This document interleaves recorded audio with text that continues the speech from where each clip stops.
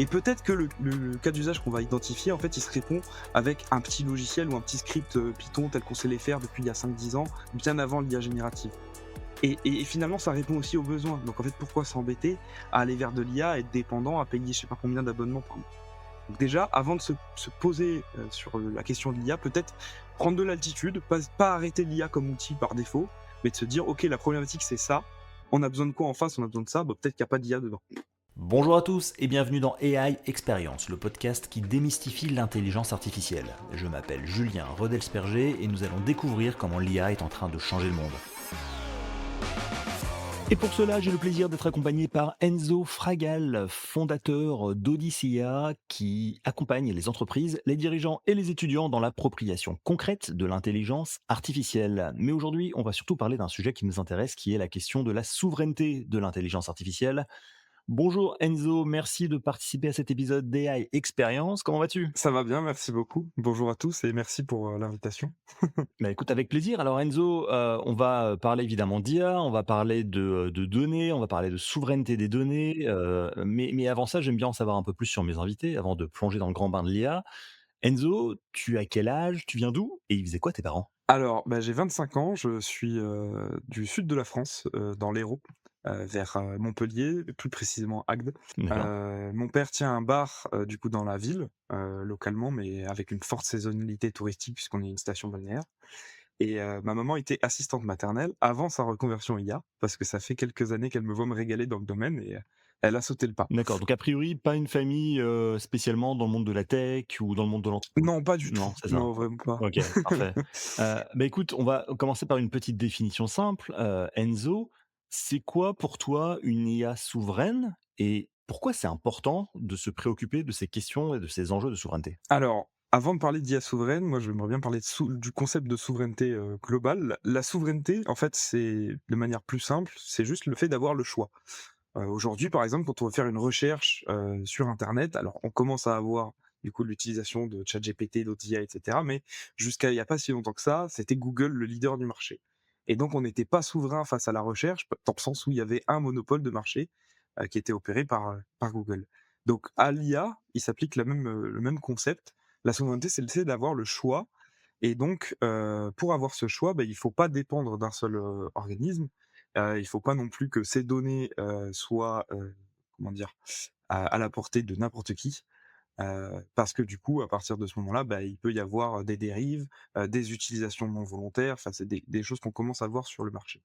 Donc aujourd'hui, ce que j'appelle une IA souveraine, en fait, on peut voir plusieurs aspects, hein, et c'est les questions qui arrivent par la suite, mais pour moi, la question de souveraineté de l'IA, c'est vraiment le fait d'être en maîtrise, en fait, de l'écosystème, que ce soit au niveau de son entreprise, de ses utilisations à titre personnel, ou voire même des IA embarquées dans nos quotidiens, par exemple dans les voitures aujourd'hui ou dans les smartphones. Et du coup, pourquoi est-ce que pour toi c'est un sujet qui t'intéresse? Parce que je veux dire la maîtrise, et la mainmise des plateformes américaines en Europe, n'est plus discutable. Aujourd'hui, c'est Google, c'est Microsoft, c'est OpenAI, c'est, toutes ces grandes plateformes en matière d'IA. On a l'impression que c'est un peu un fait acquis. Pourquoi est-ce que toi, ce sujet t'intéresse? Alors moi, ce sujet, il m'intéresse particulièrement parce que, j'ai vu aussi tous les impacts qui dérivaient en fait de ça.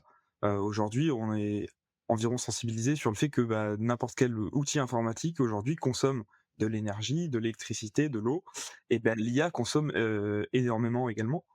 Moi, j'ai la chance d'avoir dans mon école d'ingénieur, qui me porte en pré-incubation et où je donne quelques cours, un serveur, plutôt bien dimensionné qui nous permet de faire de la recherche et du développement et en fait, on se rend compte quand on met les mains dans le concret, qu'il y a des vraies limites à l'IA et c'est des choses qui sont dans l'esprit collectif, dans l'imaginaire des gens, quelque chose de très virtuel, on sait pas trop ce qui se passe derrière. Il y en a qui croient encore aujourd'hui que internet, l'internet global, ça passe par des satellites. Alors qu'en fait pas du tout, c'est des câbles sous-marins qui traversent la planète. Donc l'IA, c'est un peu pareil. On s'est rendu compte avec ce serveur qui coûte quand même 15 000 €, hein, c'est pas un petit serveur, que sur des modèles à partir de 60-70 milliards de paramètres, on commence à avoir 1 minute d'écart de latence et c'est du coup pire que ChatGPT. Et en fait, ça, c'est des problématiques très concrètes. On voit que le serveur chauffe, donc on est obligé d'activer la clim. Donc on voit que ça consomme de l'énergie. La clim fait du bruit et on a même eu des voisins qui sont du résidentiel dans le quartier qui se sont plaints du bruit. Et donc on a dû couper le serveur IA de l'école par rapport aux voisins. Et donc ça, c'est des problématiques qui sont pas du tout concrètes ou dans l'esprit des gens quand ils utilisent ChatGPT pour faire une recette de cuisine avec ce qui reste dans le frigo, par exemple. Et Ouais, c'est-à-dire que quand on fait une requête sur ChatGPT, on envoie effectivement des requêtes, qui peuvent partir à l'autre bout du monde sur des data serveurs, ça c'est ça. revient, et à chaque fois qu'on fait une requête, ça consomme effectivement des ressources. Mais quand on parle d'IA souveraine, Enzo, est-ce que tu parles des données? Est-ce que tu parles des serveurs, c'est-à-dire les endroits physiques où sont stockés effectivement, les baies, les serveurs et cetera? Est-ce que tu parles des modèles d'IA? C'est quoi exactement pour toi ce le périmètre de la souveraineté d'IA? C'est une, très bonne question. Alors, bah, la souveraineté, c'est plus un mode de vie, un état d'esprit, j'ai envie de dire. C'est un peu comme un ingénieur. Mmh. Dans le sens où, en fait, la souveraineté, elle touche à tous ces aspects en même temps. Est-ce qu'aujourd'hui, je suis capable, que ce soit en tant que France, en tant qu'Europe, de créer des serveurs from scratch, à partir de rien du tout? Bah, non, parce qu'on est obligé d'aller chercher quelques terres rares, métaux rares qu'on a besoin pour les cartes graphiques, pour la RAM et cetera, et on les a pas sur le continent européen. Donc déjà, on peut pas être souverain de bout en bout sur le hardware, sur ce qui est le vrai morceau de plastique et de métal sur lequel le logiciel va tourner, que ce soit de l'IA ou pas d'ailleurs. Après, il y a du coup l'étape d'après. Donc, si on sait que le serveur s'est perdu, on ne peut pas faire avec. Et ça fait déjà beaucoup de fois qu'on a des innovations technologiques qui sont complètement dépendantes d'un contexte géopolitique. Hein. Il y avait la route des épices à l'époque. Enfin, voilà, c'est pas nouveau. Par contre, on peut maîtriser la souveraineté de l'IA en matière effectivement de modèles, dans le sens où on peut soit avoir des modèles qui sont faits avec le savoir-faire, avec l'état d'esprit, on va dire européen, français. C'est ce que fait Mistral. On a eu Chocolatine aussi, qui était un très bon modèle avec 3 milliards de paramètres, mais qui se battait dans la cour des grands, on va dire. Donc on a des petites initiatives de modèles qui sont open source, qui sont faits en France et qui sont basés sur des données qu'on a ici. Il y a aussi effectivement, outre les modèles qui sont faits ici, le fait de pouvoir déployer des modèles open source qui ont été faits ailleurs, mais qui sont déployés sur nos machines. Et à ce moment-là, on se réapproprie effectivement la donnée qui va transiter par ces modèles d'IA. Aujourd'hui, quand on donne un PDF à ChatGPT, bah, en fait, le PDF va être stocké dans la base de ChatGPT pour entraîner le prochain modèle de ChatGPT qui feront certainement vendre ça plus cher en plus. Et vous, vous êtes consentant là-dessus, parce que c'est le modèle économique, c'est gratuit, mais du coup, c'est vous le produit, comme souvent dans ces sujets-là. Et du coup, bah, le fait de se réapproprier son serveur, on n'a plus ce frein de la propriété intellectuelle, la propriété industrielle de l'entreprise à donner ces documents, parce que du coup, ça reste à la maison. Après, il y a un frein de la législation aussi. Hein. En France, en Europe, on a l'RGPD, on a Nice 2 qui est arrivé, on a l'AI Act qui rentre en vigueur à partir de août, donc dans quelques mois. Et donc, ça devient un sujet aussi des entreprises de se dire: «OK, peut-être que au lieu d'aller vers l'IA avec Copilot en prenant une licence de plus, que Word, Excel qui est déjà intégré dans la plupart des entreprises». Et d'ailleurs, là aussi, il y a un sujet de souveraineté sur les suites bureautiques, hein, parce qu'aujourd'hui, sans Word, sans Excel et sans PowerPoint, il y a pas grande boîte qui tourne, alors qu'il existe des alternatives comme LibreOffice et cetera.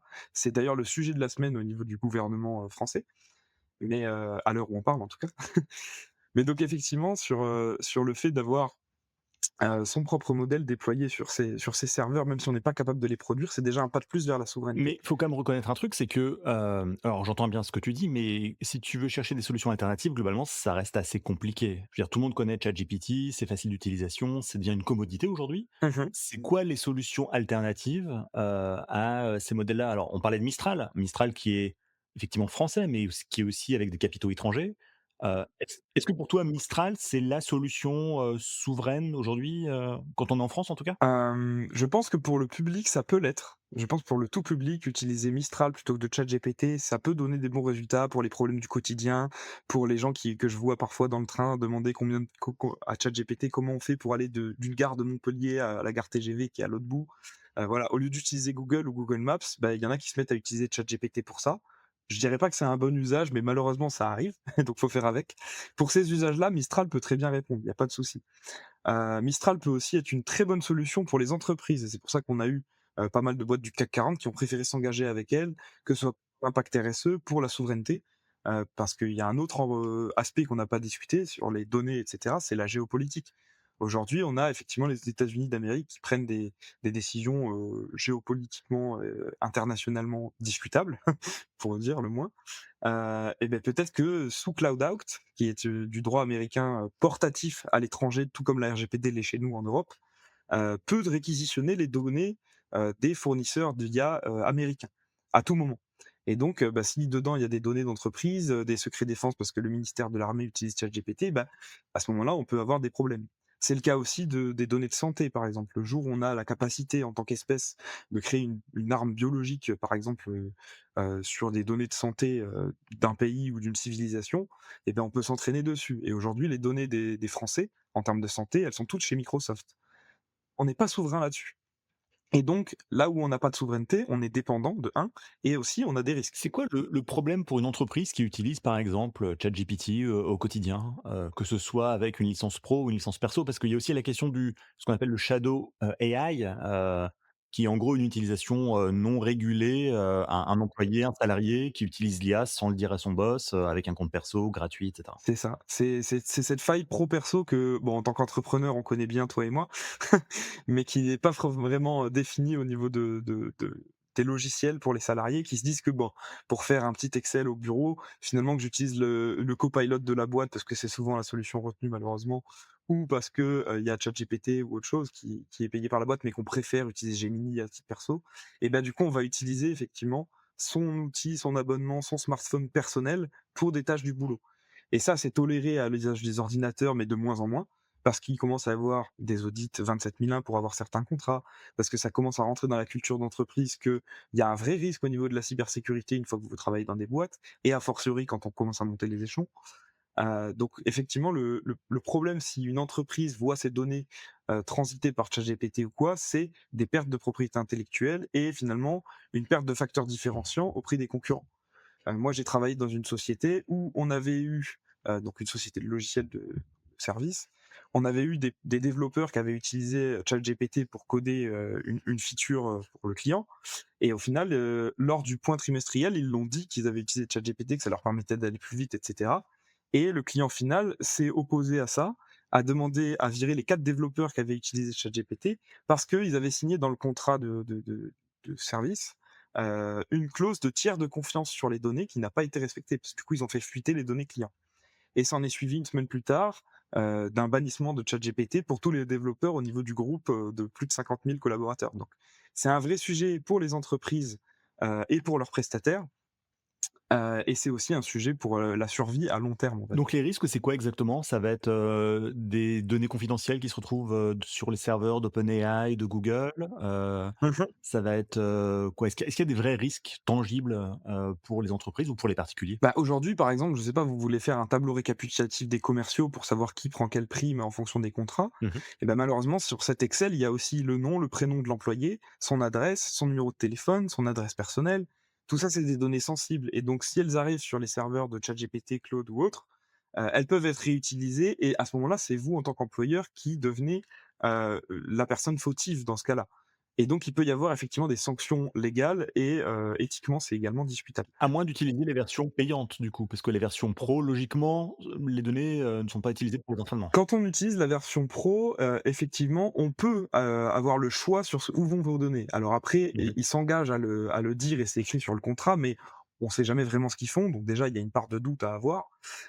Et surtout, de base, quand vous passez en version pro, vous avez l'option de l'enlever, mais il conserve le paramètre, actif. OK. C'est-à-dire que le côté communiste de l'IA où en fait, chaque utilisation va améliorer le modèle pour les prochaines fois, pour tout le monde, et ben ce facteur-là reste activé. Donc c'est à vous d'aller le désactiver dans les paramètres, au niveau administration et aussi au niveau des postes de vos employés, pour être sûr que ça reste assez sécurisé.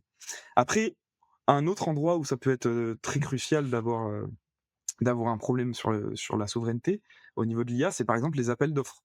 Aujourd'hui, il y a plein de boîtes qui me disent: «Bah, nous, on gagne, les appels d'offres publics, parce que c'est des marchés type, hydrologie, de l'électricité, des audits, d'environnement et cetera, de la voirie, les travaux publics». Les réponses aux appels d'offres, c'est 90 95 du chiffre d'affaires de ces boîtes-là, qui sont complètement dépendantes du public. Et du coup, si leur facteur différenciant, c'est-à-dire la façon dont ils répondent aux appels d'offres, leur permet d'écraser la concurrence et de remporter les marchés, si ce livrable, ce gros PDF qui embarque leur expertise et cetera, finit entre les mains de leurs concurrents, finalement, du coup, il y a plus de facteurs différenciants et potentiellement le marché, il redevient à tout le monde et plus qu'à ces boîtes qui sont vraiment expertes.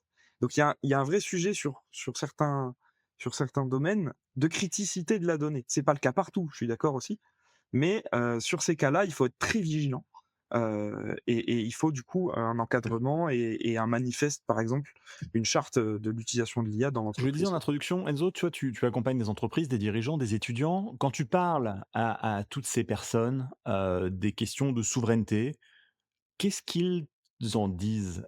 Est-ce qu'ils ont conscience du sujet? Est-ce que c'est important pour eux ou est-ce que c'est plus un nice to have qu'un must have? Bah, disons que la souveraineté, ça commence à faire son bout de chemin dans le quotidien, tu vois? On était attachés au made in France, nous, par exemple. Mmh. Bah, aujourd'hui, je vois vraiment des gens, dans leurs habitudes de consommation, faire l'effort de consommer français, consommer européen, éviter de soutenir des économies qui sont pas forcément dans nos cœurs de valeurs. Ce genre de choses. Ça devient un engagement militant et c'est ce qu'on a observé chez les consommateurs et c'est pour ça qu'on a poussé, par exemple, bah, le bio, qu'on a poussé, la responsabilisation du consommateur, des associations comme Yuka pour vérifier si les aliments sont corrects, par rapport à ce qu'il y a dedans pour les industriels et cetera. C'est une dynamique qu'on voit aujourd'hui dans la société.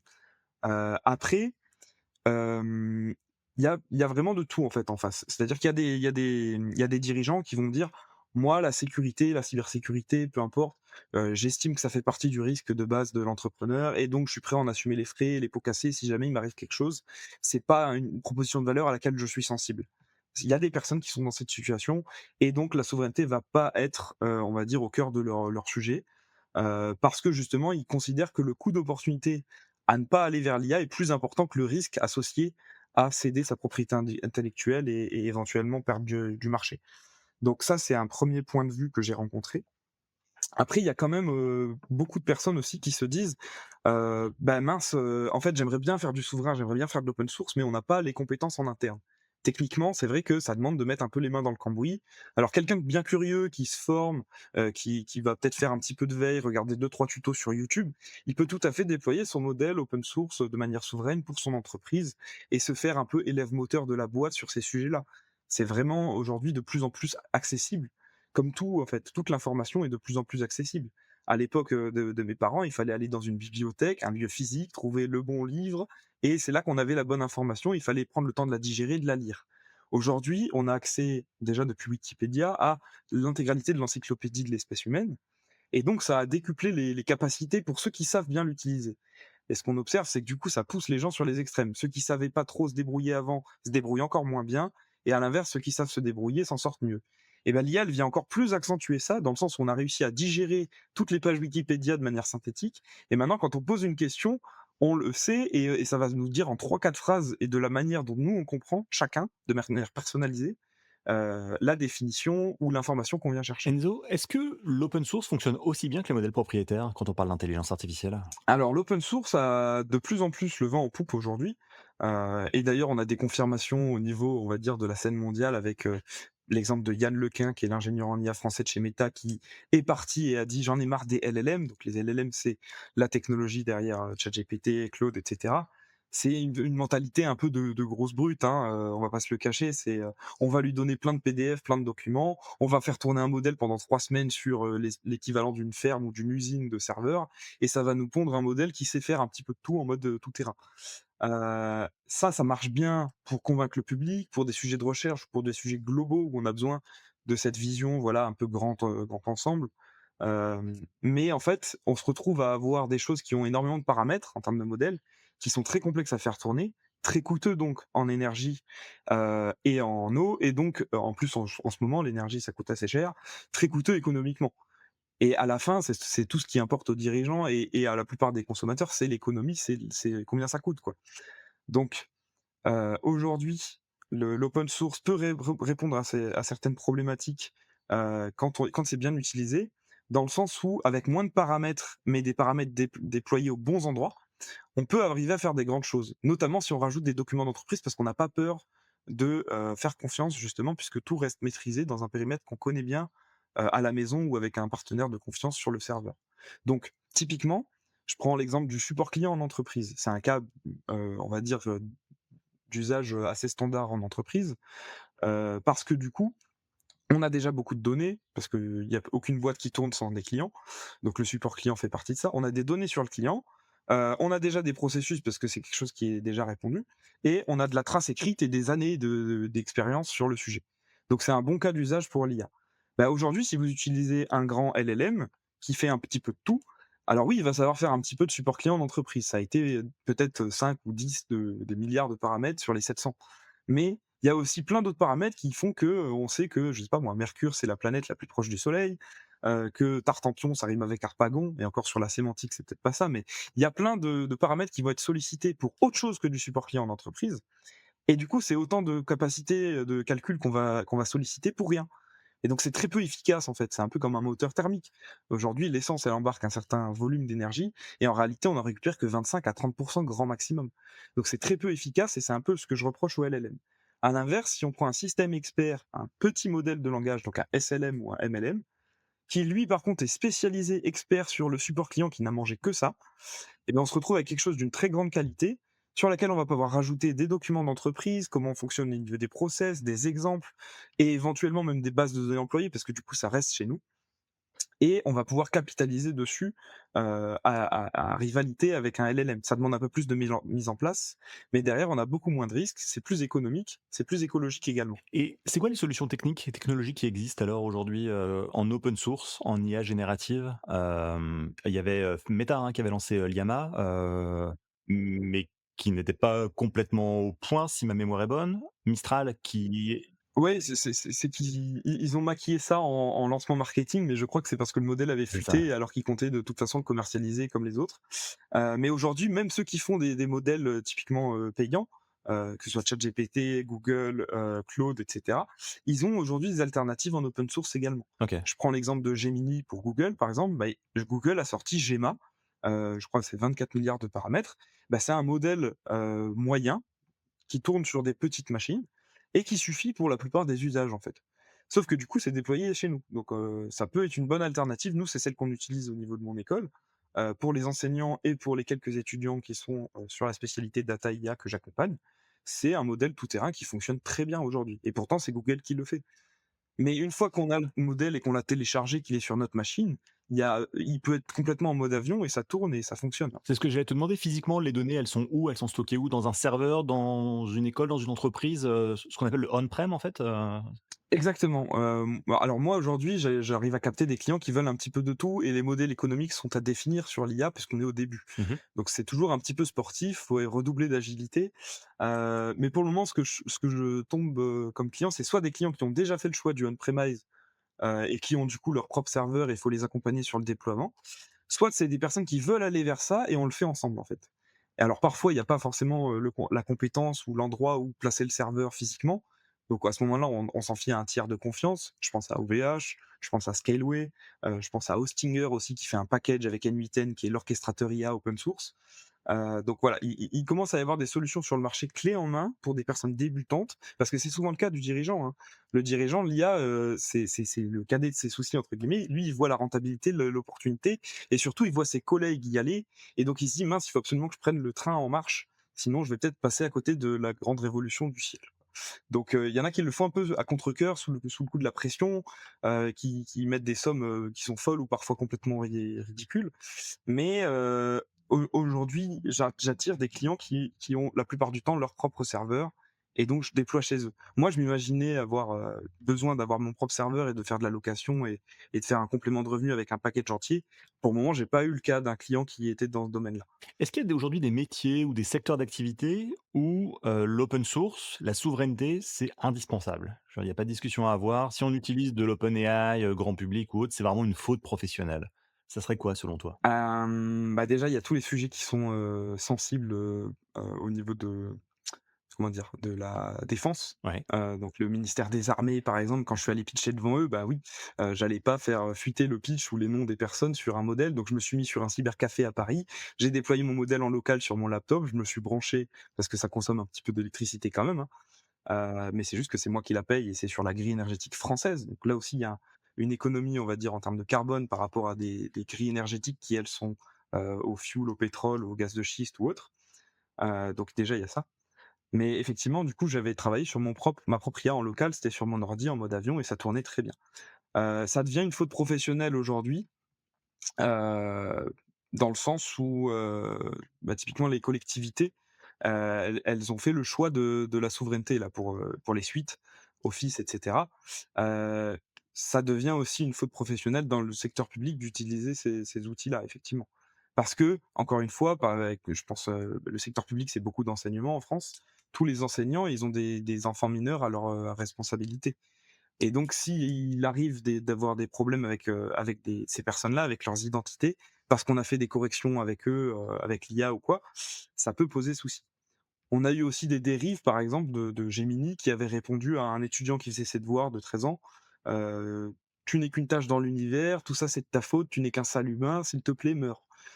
Et donc ça par exemple, ça a amené un petit coup à l'éthique, à la morale. Alors Google avait encadré les choses, on avait accès à la conversation, mais elle était totalement bridée. Tu lui posais une question qui avait rien à voir, genre: «C'est quoi Nietzsche?»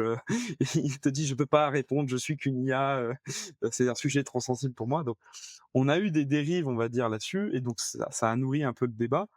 Après de là à ce que ce soit une faute professionnelle, grave, bah, je vous l'ai dit, hein, les éditeurs de logiciels, à partir du moment où on a un client qui nous fait confiance, on a signé un contrat et cetera, le fait de faire fuiter ces données, bah, ça devient vraiment, avec des conséquences et des pénalités financières qui sont énormes Si après. tu devais, convaincre un patron de PME ou de TI, de passer à une IA souveraine, tu as 30 secondes pour le pitcher, d'expliquer exactement en quoi, il faut qu'il arrête, d'utiliser OpenAI ou les modèles de Gemini pour utiliser une IA souveraine. Tu lui dirais quoi? Bah, je dirais que, en général, quand on entreprend, c'est parce qu'on a soif de liberté, et sauf que cette liberté, si on est complètement dépendant d'OpenAI, de ChatGPT ou des futurs modèles, bah, en fait, on l'a plus. Et alors ça devient un problème uniquement pour le cerveau, j'ai envie de dire pour l'émotion, si jamais on a cette liberté en moins, mais ça devient un vrai verrou aujourd'hui, pour les entreprises également, un verrou financier. Aujourd'hui, quand, une collectivité comme Montpellier, par exemple, paye des licences Microsoft, Office 365 pour Word, Excel, comme on l'a dit, bah, quand Microsoft, augmente ses prix de 5 pour les privés, pour les particuliers ou pour les entreprises, il l'augmente aussi pour les collectivités. Et donc ces 5 il faut bien qu'elles sortent de quelque part. Et aujourd'hui, bah, ça représente des centaines de milliers d'euros qu'il faut sortir chaque année en plus, parce qu'on est complètement dépendant et qu'on n'a pas d'autre alternative. Le fait de se positionner sur le souverain, il y a 2 avantages principaux. C'est que déjà de un, tout est à la maison, donc on n'est pas dépendant du modèle économique des autres. Et si on a une solution qui fonctionne sur le modèle d'il y a 2 ans, et ben, ainsi soit-il et on peut rester comme ça assez longtemps, hein. Aujourd'hui, on garde des solutions logicielles d'il y a 25 ans, dans des solutions technologiques qui sortent, maintenant. Donc je vois pas le problème à utiliser ce genre de solution tant que ça fonctionne pendant 25 ans au niveau de l'IA, si c'est déployé on-premise. Donc ça, c'est une première chose. La deuxième chose, c'est aussi qu'on est complètement agile sur les avancées de l'IA et on sait que c'est un secteur en ébullition, qu'il y a énormément de milliards d'euros qui sont investis dans la recherche pour améliorer les modèles, pour créer de nouvelles choses, pour aller toujours plus loin. Aujourd'hui, on a des modèles sémantiques qui comprennent le langage. Aujourd'hui, c'est Google qui est en train de gagner la course, mais on va avoir des modèles qui vont commencer à comprendre le monde réel. C'est-à-dire d'aligner des concepts physiques comme le font les gens, de comprendre les choses intrinsèquement et pas uniquement leur signification en termes de définition, comme un dictionnaire. Et donc si demain le nouveau modèle qui sort c'est, Mistral, je sais pas quoi, bah, très probablement qu'il va exister, prochainement, dans les prochains mois, ou voire directement en même temps si c'est Mistral pour le coup, une solution open source qui tourne sur la même infrastructure technologique. Et à ce moment-là, on devient ce qu'on appelle, LLM agnostique ou peu importe un modèle de langage agnostique quoi. Dans le sens où, si demain c'est Claude qui devient, meilleur, bah, nous on peut prendre, quelque chose qui s'appuie sur cette même technologie en équivalent open source et du coup suivre le rythme. Si aujourd'hui vous avez un GPTs et toute votre infrastructure et toute votre entreprise chez OpenAI et que demain OpenAI décide d'arrêter et de se reposer sur ses lauriers, bah, vous allez plus suivre le rythme avec tout le monde. Donc vous allez être complètement dépendant de leur lancer à eux et donc de leur levée de fonds et donc de leur modèle économique. Quitte à en pâtir parce que, ils commencent à réfléchir à du sponsoring dans les modèles d'IA. À quel point, Enzo, une solution open source, une solution souveraine est scalable, peut vraiment se déployer très rapidement? Quand tu as des entreprises qui sont en hyper croissance, qui ont besoin de plus en plus de ressources, est-ce que c'est aussi facile de scaler, donc de grandir, de croître très vite avec des solutions open source et souveraines? Bah, je dirais qu'il y a que oui, dans la globalité. Après, il y a plusieurs façons de voir les choses. En fait, il y a 2 paradigmes possibles pour quand on veut aller sur de l'IA open source on-premise avec ses propres serveurs. C'est soit, on fait appel à un tiers de confiance et on prend ce qu'on appelle un VPS, donc un serveur virtuel qu'on vient louer, donc chez OVH Mmh. Scaleway par exemple. Et à ce moment-là, ce qui est bien, c'est que c'est scalable dans le sens où si vous arrivez aux limites de votre serveur, bah, vous rajoutez un petit peu de RAM, vous rajoutez un petit peu de carte graphique, vous rajoutez un peu de processeur et hop, d'un coup, votre infrastructure, elle permet de scale. Et en général, si on scale en termes d'utilisation, on scale aussi en termes de chiffre d'affaires et donc il y a le nouveau budget pour suivre. Voire on continue à faire de la marge par-dessus et du coup, c'est plus pérenne pour le modèle économique de la société. L'autre option que de faire ça, au lieu de louer tous les mois, c'est du coup d'investir tout de suite dans un gros serveur et de travailler dessus un peu en mode bac à sable.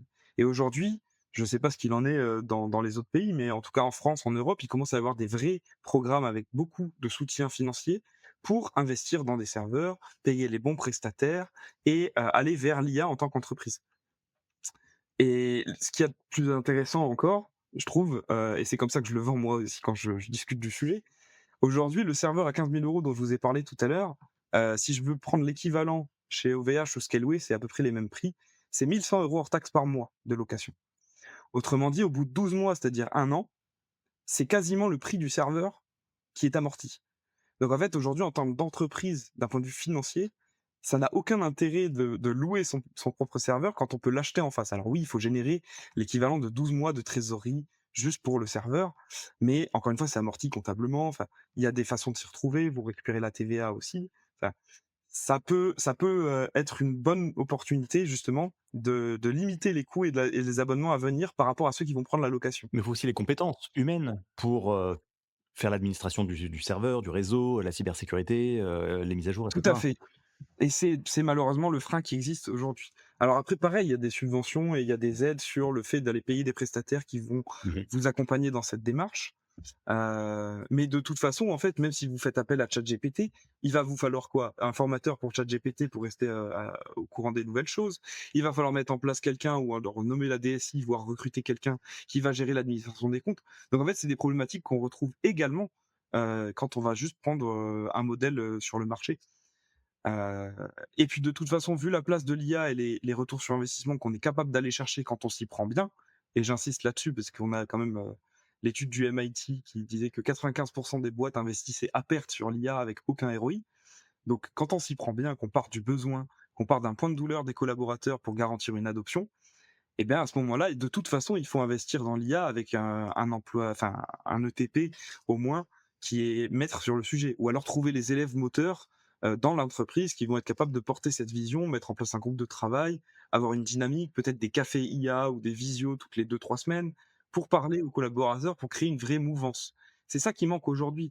La plupart des grosses boîtes que je connais, euh, elles choisissent Copilot parce qu'elles se disent: «OK, bon, bah, c'est une ligne de plus sur la facture de Office. C'est un tarif maîtrisé puisque c'est 15 ou 20 € par mois par employé en plus et on peut rassurer les actionnaires et tout le monde en disant: "Regardez, ça y est, on a payé Copilot, on est sur la vague de l'IA, on est, dans le train comme tout le monde"». Le problème de ça, c'est qu'il y a enfin, souvent, c'est mal géré, comme transformation dans le sens où, on leur met ça entre les pattes, mais on forme pas les collaborateurs. Et du coup, je me retrouve avec des cris de détresse en général de personnes qui me disent: «Bah, voilà, nous, ça fait 8 mois que la boîte paye Copilot pour tout le monde ou peu importe OpenAI ou Gemini, mais en face, bah, en fait, on n'a pas de formation. Moi, dans mon équipe de 12, je suis tout seul à essayer de faire des trucs et encore je bidouille, donc je sais pas trop ce que je fais. Je sais pas si je peux lui faire confiance, je sais pas si j'ai le droit de donner mes données». Donc c'est globalement sur le dernier kilomètre, sur le terrain directement avec les entreprises, enfin les employés dans l'opérationnel, qu'il y a un manque vraiment d'adoption. Et c'est en partant de l'inverse, c'est-à-dire pas du top down en disant on impose Copilot à tout le monde, mais de se dire: «OK, bon, bah, cette business unit, elle a telle problématique, tel point de douleur, on peut répondre grâce à l'IA à ce point de douleur-là».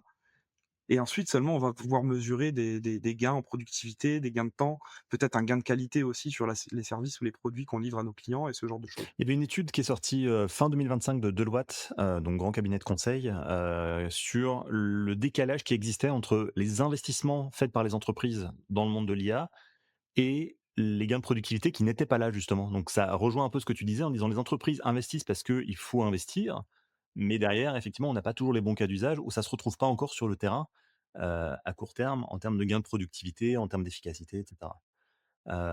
Toi, quand tu ce sera ma dernière question, Enzo, mais quand tu parles à des chefs d'entreprise, à des dirigeants, à des DSI, est-ce que, comment ils appréhendent cette notion de l'IA? Est-ce qu'ils passent entre guillemets à l'IA parce qu'ils se sentent obligés, parce que les concurrents le font, parce que tout le monde en parle? Ou, au contraire, c'est extrêmement structuré, documenté, ils ont des cas d'usage, c'est très clair pour eux? Enfin, quelle est un peu la typologie des gens que tu vois et quel est leur rapport à cette, transformation, IA? Bah, moi, je vois beaucoup de personnes en formation avant de rentrer dans le cœur du sujet avec mes équipes sur la partie développement logiciel sur mesure, que ce soit du chatbot, de l'automatisation ou un mix des 2. Donc en général, en formation, moi, je creuse le besoin. Mon métier à moi, en tant qu'ingénieur IA, c'est pas de révolutionner la roue et de réapprendre aux gens leur métier. Mon but à moi, c'est de voir comment il fonctionne, d'identifier là où ça peut être pertinent parmi ma boîte à outils, de mettre en place, peut-être une automatisation N8N, un GPT ou un assistant type Gemini, mais version open source, quand c'est possible. Et c'est comme ça que justement j'interviens dans les entreprises. Parce que je pars de comment ils fonctionnent et je les améliore et j'ai l'impression de les équiper d'un outil qui leur permet d'être mieux.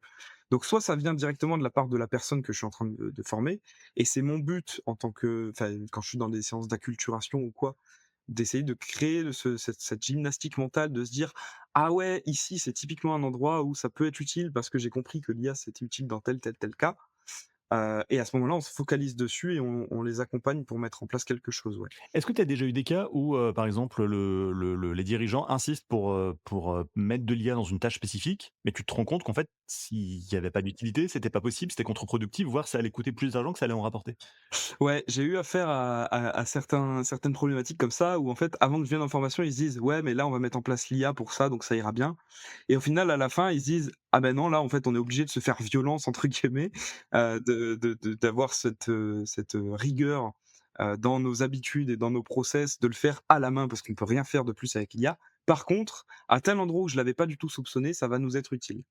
Et à ce moment-là, encore une fois, si la personne a une tâche pénible, redondante, où on se dit: «Ah mais là, je pourrais, limite entre guillemets «prendre un stagiaire» et ça serait pareil, il y a pas besoin que ce soit moi qui le fasse». Tous ces petits moments de frustration qu'on voit au quotidien, peut-être une journée de reporting, ou une demi-journée, admettons, dans le mois, où en fait, c'est chiant pour tout le monde, ça met une mauvaise ambiance dans l'équipe, et du coup la pause déj, elle est un petit peu dans la douleur ce jour-là parce qu'on a fait tous un truc qui servait à rien mais on est obligé. Bah, typiquement, intégrer l'IA à cet endroit-là, ça permet de décharger les équipes d'un fardeau, hein, vraiment et du coup, tout le monde est content. Après, qu'est-ce qu'on fait de cette demi-journée qu'on a gagnée, ou de cette journée qu'on a gagnée en équivalent temps plein? Est-ce que c'est un peu plus de team building? Est-ce que c'est du temps qu'on réalloue ailleurs? Est-ce que c'est du temps qu'on passe à la maison pour un meilleur équilibre pro perso? Ça, chaque dirigeant, chaque équipe peut l'arbitrer à sa guise. Mais en tout cas, il y a un vrai, avantage à aller aujourd'hui vers de l'IA qui est, souveraine par rapport aux alternatives américaines et j'irai même plus loin, c'est plus rapide.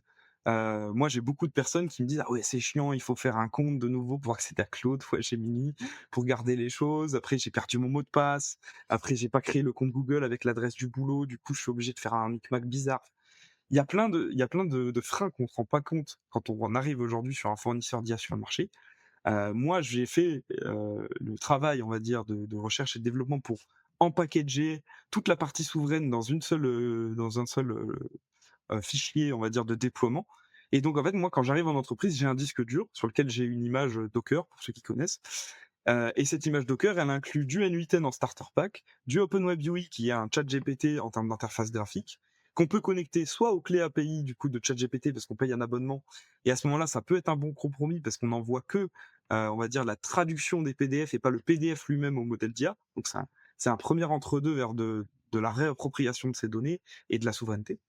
Soit carrément, le serveur sur lequel on le déploie a des capacités techniques qui sont suffisantes et donc on déploie un modèle en local, un ChatGPT OSS qui est le modèle open source, un Gemma comme j'en ai parlé, un Mistral, un Llama, un Chocolatine, enfin peu importe. Après, aujourd'hui sur Hugging Face, vous allez, et d'ailleurs c'est français Hugging Face, c'est une des rares, startups IA françaises, sur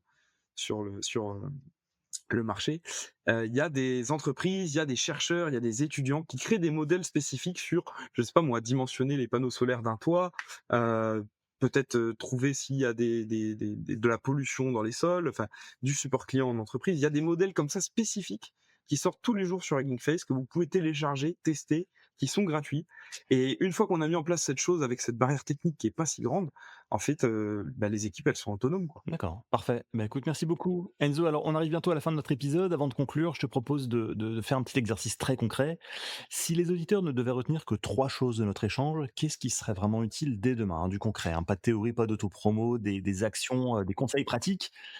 Qu'est-ce qui pourrait concrètement changer leur manière de travailler, de décider ou d'aborder l'IA? Je t'écoute. Bah, je dirais qu'avant de se concentrer sur l'outil, c'est-à-dire l'IA, que ce soit on-premise, open source, ChatGPT ou autre, c'est pas tant l'outil qui va être utile, c'est vraiment la règle du jeu, c'est, comment dire? Le scénario, l'endroit où vous allez l'implanter, le cas d'usage, en fait. Mmh. Ça, c'est vraiment ce qui est plus utile et peut-être que le cas d'usage qu'on va identifier, en fait, il se répond avec un petit logiciel ou un petit script, Python tel qu'on sait les faire depuis il y a 5-10 ans, bien avant l'IA générative et finalement, ça répond aussi aux besoins. Donc en fait, pourquoi s'embêter à aller vers de l'IA, être dépendant, à payer je sais pas combien d'abonnements par mois?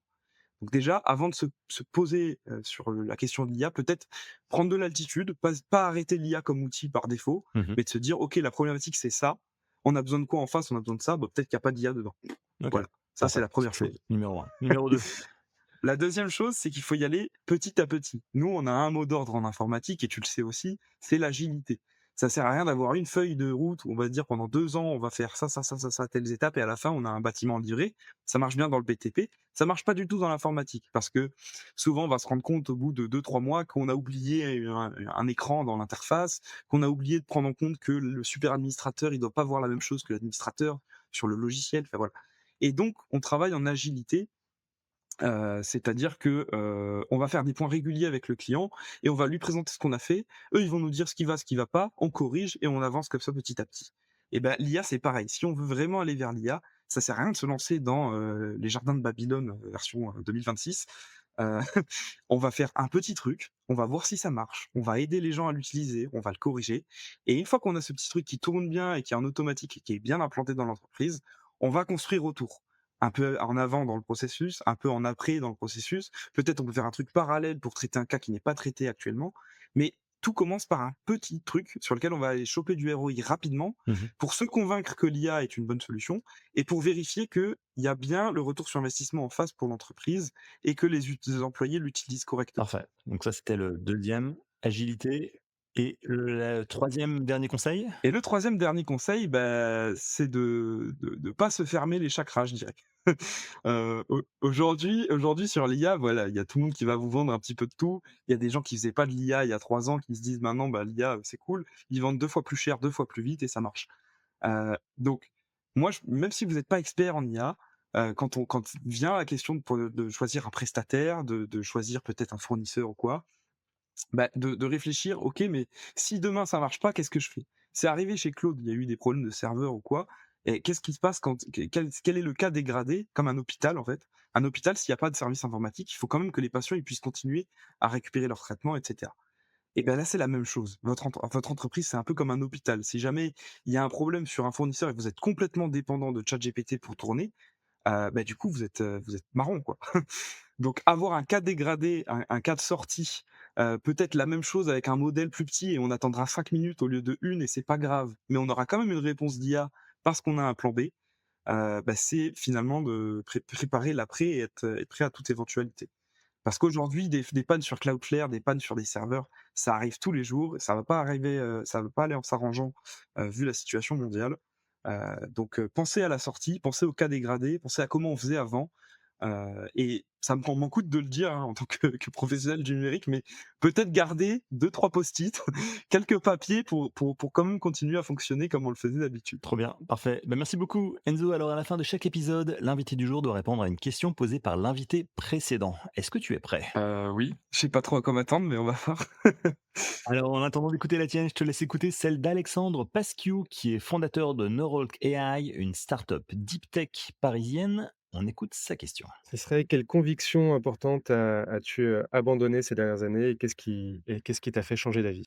Ça c'est une c'est une sacrée question. Je m'attendais pas à ce que ce soit, aussi profond. Bah, je dirais que, Pendant mes études, je pensais qu'on apprenait d'une manière, normale et moi je me considère comme un éternel, apprenti, enfin en éternel apprentissage on va dire et je pensais qu'on apprenait plus vite, dans le conflit. Parce qu'en fait là où les gens bloquent, c'est qu'on atteint une certaine limite et quand on est proche des limites, bah, c'est un peu comme les fusées avec les programmes et cetera. On essaye de toujours faire plus, le sport c'est pareil. Quand on est proche des limites, on apprend plus vite parce qu'on se donne à fond. Et le conflit, c'est une limite humaine. Et je me disais souvent, on apprend plus vite dans le conflit et j'hésitais pas à me faire l'avocat du diable, à tenir des propos un peu limites, juste pour voir comment réagit la personne en face et en apprendre un peu plus sur le monde qui m'entoure et je faisais de même, hein. Et puis j'ai eu un gros conflit avec, des amis de 10 ans de lycée et ça a été très maltraité des 2 parties. Heu, Moi, j'ai fait ce que j'avais à faire, de mon côté, mais au final, je me dis que dans ce conflit-là, j'ai pas tant appris que ça. Et donc c'est quelque chose que j'ai abandonné au moment où je me lançais dans l'entrepreneuriat parce que, de base, j'avais refusé mon CDI pour me lancer à plein temps avec eux et au final, bon, bah, voilà, il y a eu, on va dire, trahison, mésentente, de ce côté-là. Donc j'ai dû, heu, trouver une façon de rebondir, et je l'ai trouvé dans, abandonner cette idée, effectivement. Donc maintenant, je cherche plus le conflit. Je suis toujours aussi taquin et drôle, hein, mais je cherche plus forcément, voilà. On peut grandir autrement que par le conflit et la provocation, c'est ça? D'accord, parfait, très bien, très clair. Merci beaucoup. Alors à toi à présent, quelle question est-ce que tu aimerais poser au prochain invité? Je dirais s'il y a un apprentissage de la vie de la personne qui va écouter du coup cette question, s'il y a un apprentissage à retenir de son expérience de vie, qu'est-ce que ce serait et surtout pourquoi? Super, très clair. Merci beaucoup de ta participation. Enzo, je rappelle que tu es, consultant, ingénieur et fondateur d'Odys IA. Merci d'avoir participé à ce podcast. Merci beaucoup, Julien. Si vous avez aimé cet épisode, n'oubliez pas de vous abonner à l'émission sur votre plateforme de podcast préférée. Votre soutien compte et vos commentaires peuvent aider à partager cette expérience avec d'autres. Vous pouvez aussi visiter le site web ai-experience.io pour aller plus loin. À très vite pour un nouvel épisode.